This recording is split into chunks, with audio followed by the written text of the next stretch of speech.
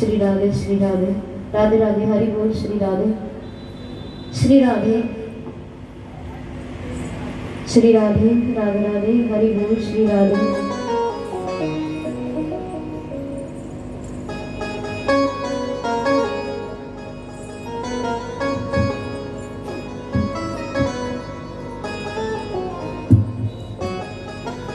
श्री राधे।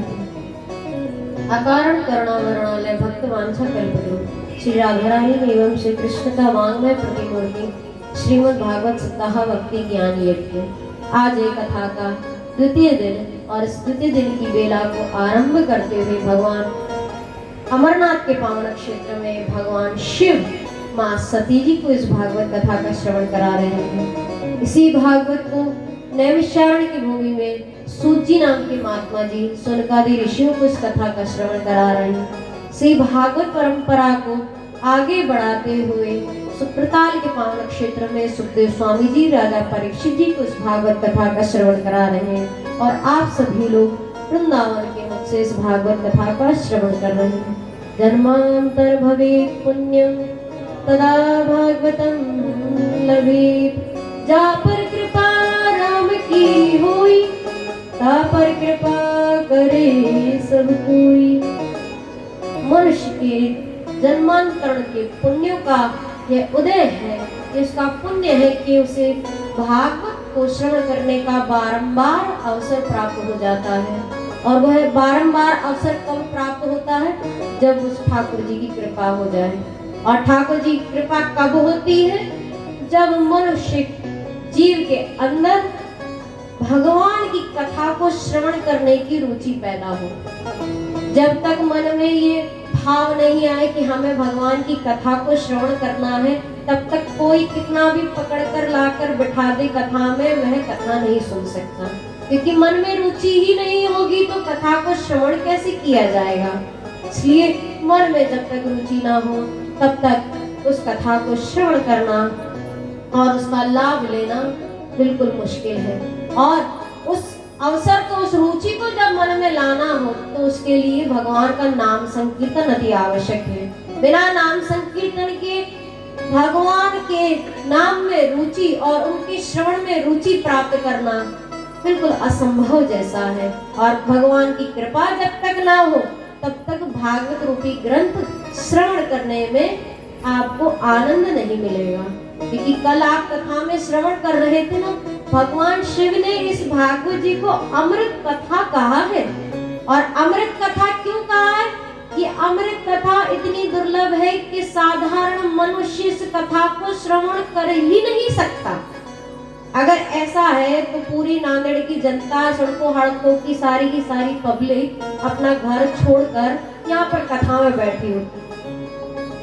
लेकिन उसका अधिकार आपको दिया है भगवान ने, आपके ऊपर कृपा करी है, आपके ऊपर भगवान ने अपनी दृष्टि दिखाई है जब ही आप यहाँ पर बैठकर इस कथा को श्रवण कर रहे हैं। अन्यथा ऐसा कोई जीव है जिसे इस कथा में आने के लिए रोका गया हो, मना किया गया हो, या उसे ये कहा गया हो कि आप कथा को श्रवण मत कीजिए? भगवान कभी किसी से ये नहीं कहते कि मेरा नाम संकीर्तन मत कर।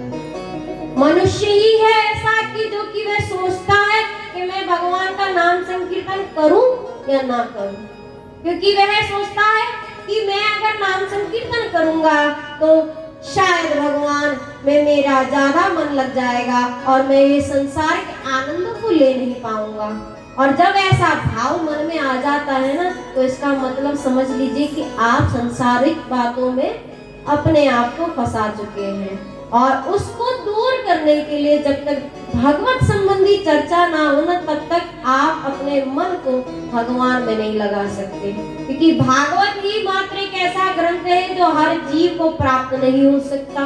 क्योंकि भगवान शिव जब अमृत कथा का पान सती जी को करा रहे थे और उस समय जब उस सुग्गी के बालक यानी सुखदेव जी ने उस कथा को श्रवण कर लिया था, तो स्वयं शिव महाकाल का रूप, रुद्र का रूप धारण करके उस सुग्गी के बालक को मारने के लिए दौड़े। क्यों? क्योंकि हर कोई सुनने का अधिकारी नहीं है। यह जो दुर्लभ ग्रंथ है, ये जो भागवत जी का अमृत ग्रंथ है, ये हर कोई नहीं सुन सकता। भगवान शिव ने उस सुखदेव जी को कब क्षमा किया? जब व्यास जी ने उनसे कहा कि हे शिव जी, उस सुखदेव के बालक ने, उस सुखदेव जी ने पूर्ण जब कथा का श्रवण कर लिया है, तब शिव जी ने उनको क्षमा किया। क्योंकि शिव जी भी यह जानते हैं कि परमात्मा का ही ये लीला है, परमात्मा की ही लीला है कि ये कथा उस सुखदेव के बालक को श्रवण करने को मिली है। अगर उनकी इच्छा ना हो तो कोई भी श्रोता, कोई भी भक्त भगवान की कथा को श्रवण नहीं कर सकता। इसलिए भगवान शिव ने तब समझा कि हाँ, अगर इस कथा का अधिकारी वह बालक है, तो सुखदेव जी है, तो अवश्य ही ये भगवान की लीला है कि पूर्ण रूप से उन्हें इस कथा को श्रवण करने का लाभ मिला। और वह ज्ञान की प्राप्ति भी सुखदेव जी ने व्यास जी से करी। जब प्रथम स्कंद में व्यास जी नारद जी के साथ में मिलकर इस 18वें पुराण का निर्माण कर रहे थे, तब उन्होंने इसमें भगवान के सारे चरित्र गुणानुवाद किए। ऐसा कोई चरित्र नहीं है जो कि भागवत जी में नहीं बताया गया हो। यहाँ पर शिव जी के चरित्र के बारे में भी बताया गया है, राम जी के बारे में भी बताया गया है, कृष्ण जी का भी वर्णन किया गया है, दत्तात्रेय जी का भी वर्णन किया गया है। भगवान के सभी अवतारों का वर्णन और भगवान के सभी भक्तों का वर्णन इन सभी में किया गया है। भागवत जी ही मात्र एक ऐसा ग्रंथ है जिसमें सारे भगवानों का नाम आपको संकीर्तन करने को मिल जाएगा। ऐसा कोई पुराण नहीं है। आप शिव पुराण देख लो, उसमें शिव जी का ही नाम संकीर्तन होगा। आप और कोई पुराण में समझ लो, महाभारत में कथा श्रवण करोगे तो सिर्फ महाभारत की ही कथा को आपको श्रवण करने को मिलेगा। लेकिन भागवत जी में ऐसा नहीं है। भागवत जी में आपको सभी के बारे में, सभी भगवानों के बारे में सुनने को, श्रवण करने को, आनंद की प्राप्ति करने को मिलेंगे। और जब भागवत जी श्रवण करें ना, तब ये ध्यान जरूर रखें कि हमारे मन में एक चीज का संकल्प होना चाहिए। वो संकल्प जरूरी नहीं है कि आप संसार से जुड़ा हुआ रखो या संसार से त्याग करके रखो।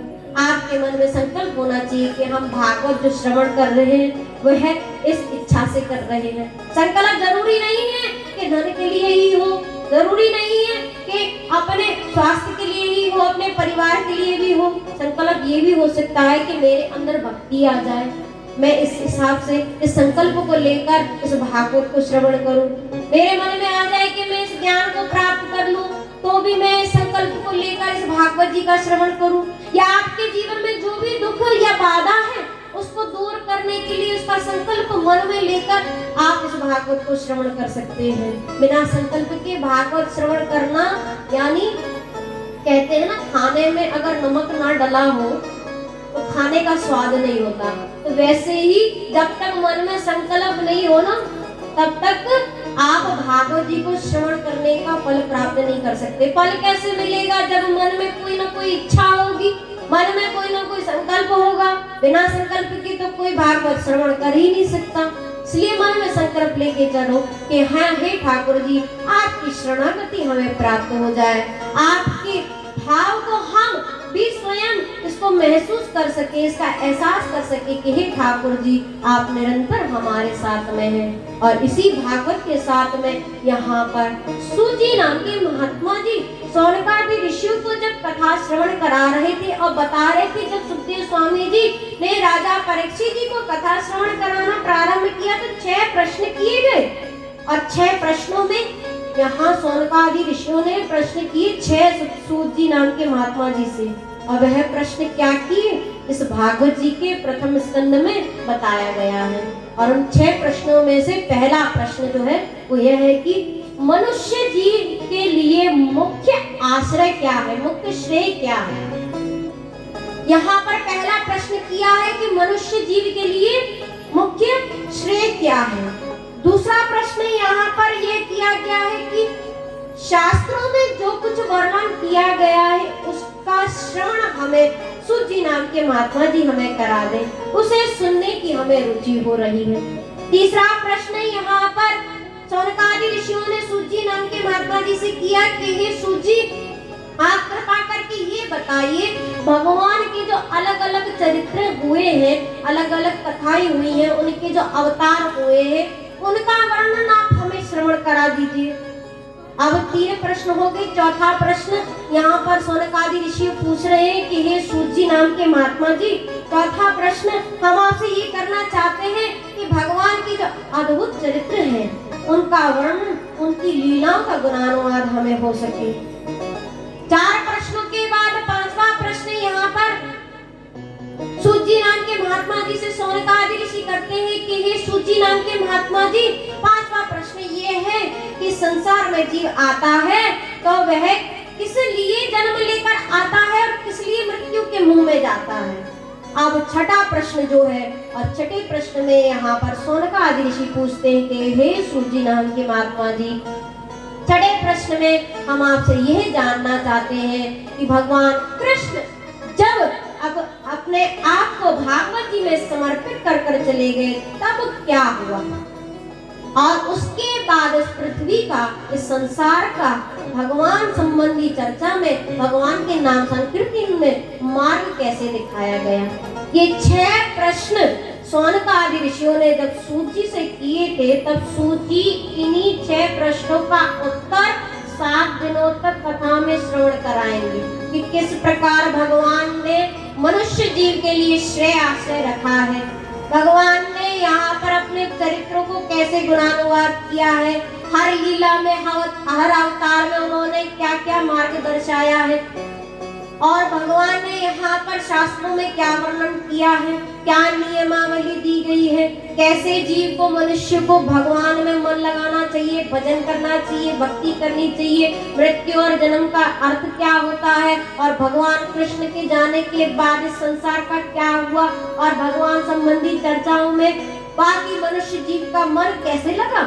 इन सभी भागवत के सभी 6 प्रश्नों का उत्तर सूत जी नाम के महात्मा जी 7 दिनों में देंगे, और इन्हीं 7 दिनों में आप श्रवण करेंगे किस प्रकार भगवान ने यहाँ पर अपनी अवतारों की लीलाओं को यहाँ पर बताया गया। और उनमें सबसे प्रमुख लीला जो है भगवान की, वह 24 अवतार की लीला। 24 अवतार जब तक नहीं जानेंगे तब तक ये पता नहीं चलेगा कि भगवान ने कब कौन से अवतार किस लिए लिए हैं, क्योंकि भगवान के जब तक 24 अवतारों का वर्णन श्रवण नहीं करो ना, तब तक कथा को आगे की ओर लेकर जाना यहाँ पर असंभव है। और भगवान के 24 अवतारों का वर्णन यहाँ भागवत जी में दिया गया है।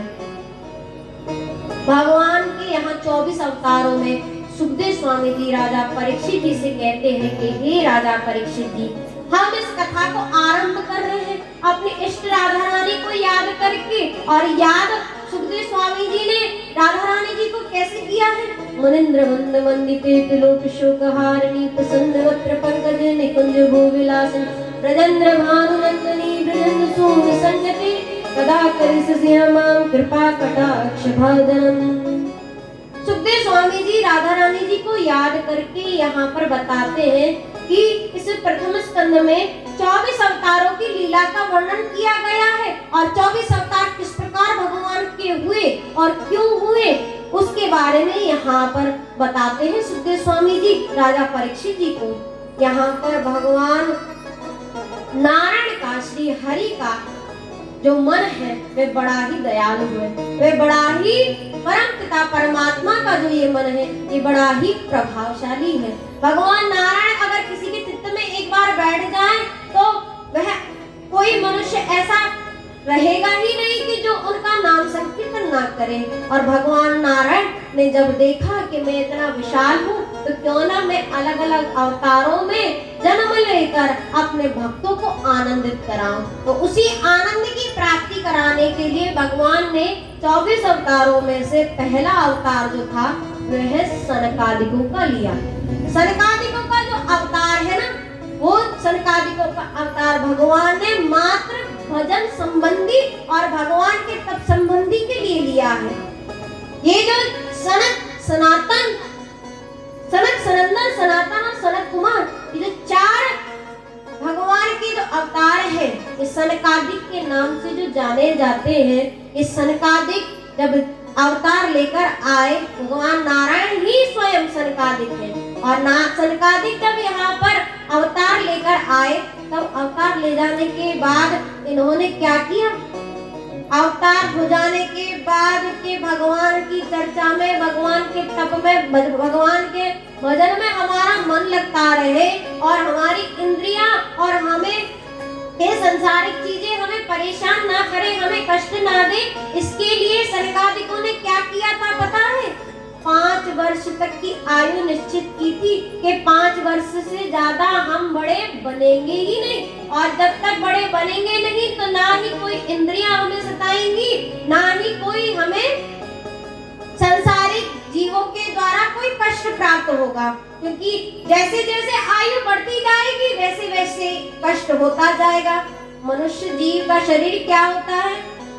जैसे जैसे वो बढ़ता जाता है, उसकी आयु बढ़ती जाती है, वैसे वैसे उसके शरीर में कष्ट आता जाता है। कभी किस रोग से, कभी किस परेशानी से, कभी किस क्लेश से। हर समय मनुष्य जीव क्लेशों में घिरा रहता है। आप समझते हो कि हमारे पास सब कुछ आ गया है, अब हमारा आनंद से सुख से रहने का समय हो चुका है, लेकिन ऐसा नहीं है। मन में तब भी विकार चलते रहते हैं, विचार चलते रहते हैं। जो चीज नहीं प्राप्त होती है, मनुष्य जीव उसके पीछे भागने लग जाता है। जो चीज प्राप्त हो गई है उससे संतोष नहीं करता, लेकिन जो चीज नहीं प्राप्त हुई है उसके पीछे भागना जब प्रारंभ कर देता है, तो मनुष्य को ये एक तरीके का रोग ही कहो। जरूरी नहीं बीमारी के लिए डॉक्टर लिख कर दे कि हाँ तुम्हें ये बीमारी है।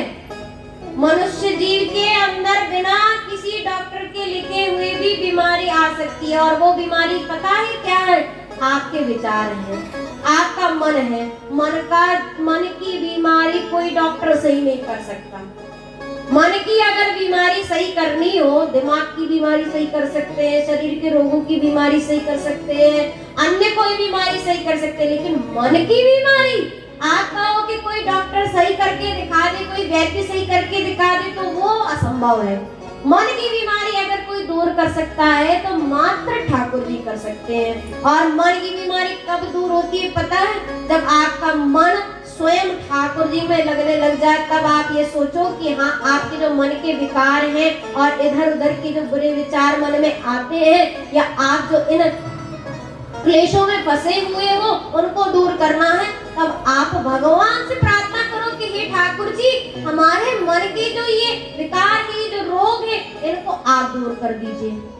डॉक्टर की दवाई से ठीक हो या ना हो 100%, लेकिन भगवान की प्रार्थना से जरूर 100% सही हो जाओगे। क्यों? क्योंकि भगवान गारंटी दे सकते हैं, लेकिन डॉक्टर गारंटी नहीं दे सकता।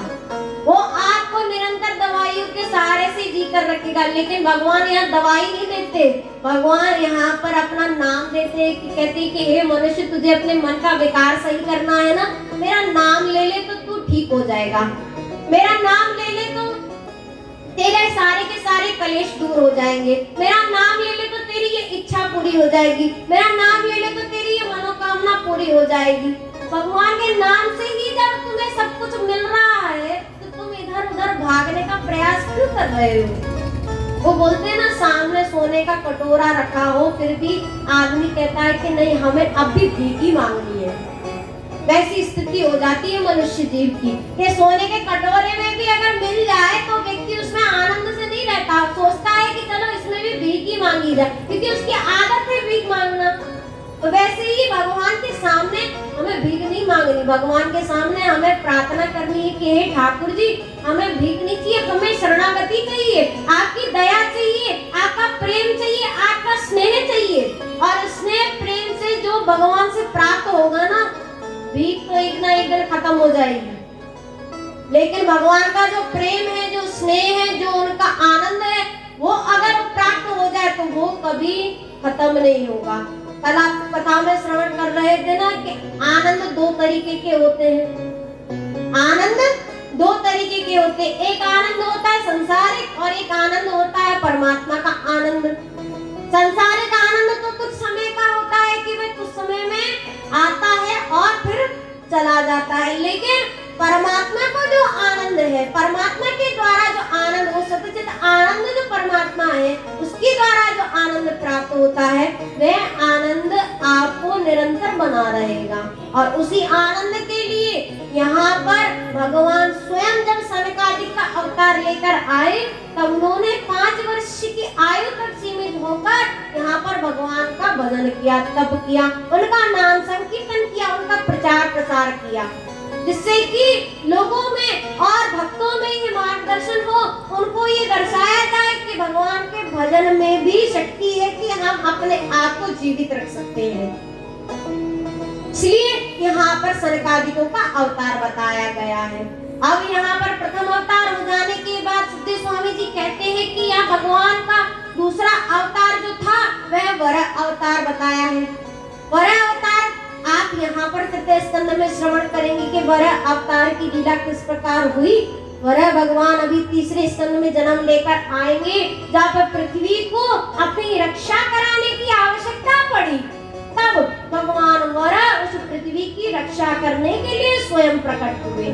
जिस पृथ्वी पर भगवान के जीव रहते हैं, भक्त रहते हैं, और उस पृथ्वी की रक्षा करने के लिए भगवान ने वराह का अवतार लिया। उस हिरण्याक्ष को मारने के लिए, उसका उद्धार करने के लिए भगवान अभी तीसरे स्कंद में वराह बनकर आएंगे। आप कथा को श्रवण करेंगे अभी आगे।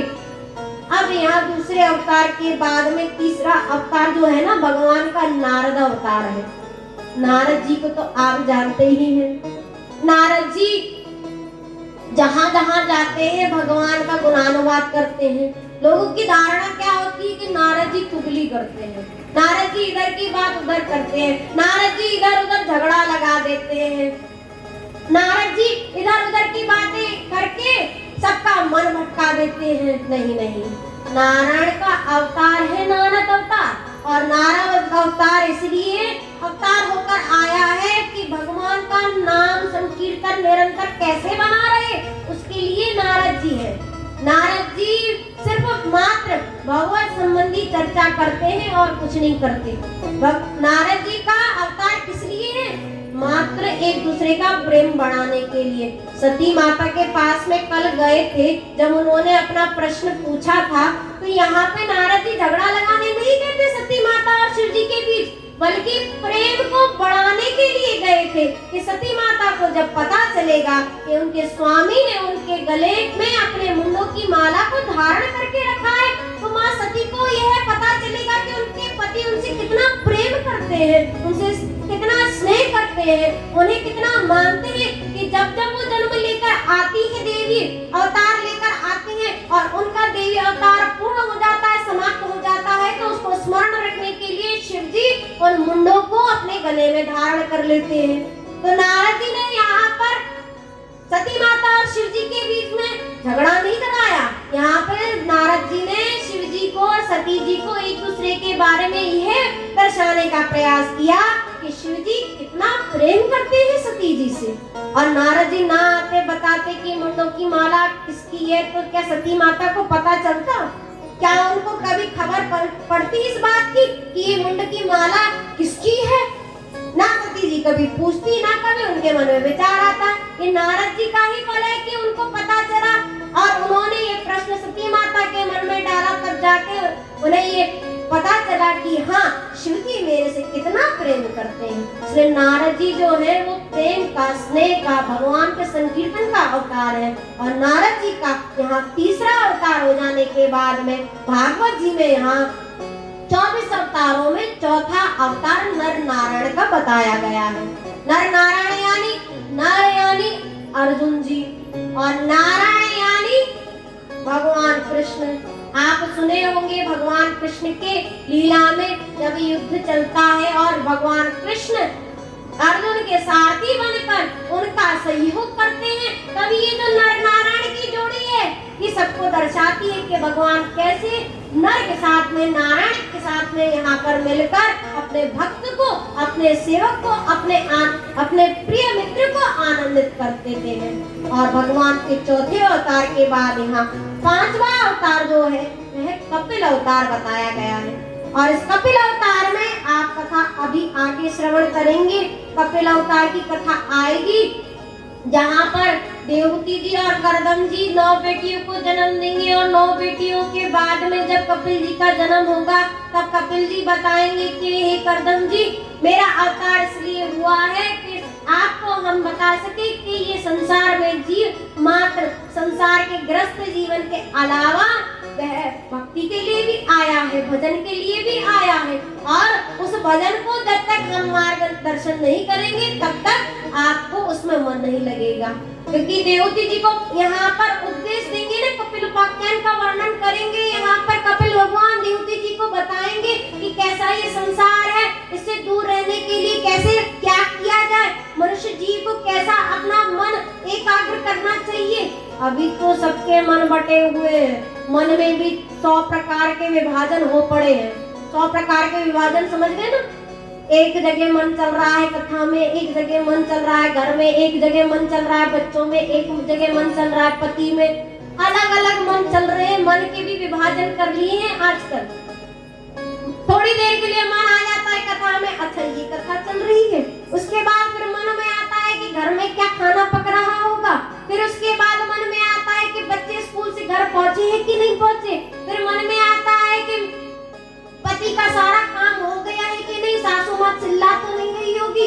मन में भी विभाजन हो गए हैं, व्यक्ति का मन एकाग्र बिल्कुल भी नहीं रहा है, वर्तमान में तो बिल्कुल भी नहीं रहा, क्योंकि स्थिति ऐसी हो गई है, मनुष्य जीव ऐसा हो गया है कि वह अपना मन एकाग्र करना तो बिल्कुल ही नहीं जान पा रहा। और मन एकाग्र कब होगा? जब भगवान में मन लगे तब तो एकाग्र हो। भगवान का भजन करना छोड़ के दूसरे के क्लेशों में घुसने में लगे